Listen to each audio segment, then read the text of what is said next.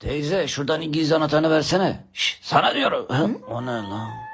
Vay mağdur, bu ne güzel kedi böyle. Aba tam sokaktakiler. Selam, Dallaslı mısınız? Hayır Vanlıyım.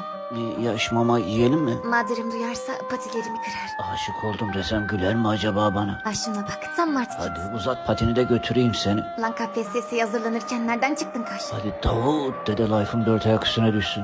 Ay sigortalı bir işin var mı? Yani. 7-24 aşk yaşamayacağız Ben değil mi? şeyde kedi videoları çekiyorum. Yıllık kaç para vergi veriyorsun sen onu söyle. Ya. Kız isteme masraflarını, ev masraflarını. Her şey hazır mısın? Hazırsan let's go baby. Her mamayı da yemem ayrıca. Ve senede 2 kere Mısır'a gitmek isterim. Bacım ben seni kedi sandım sen firavun çıktın. Hadi selametle.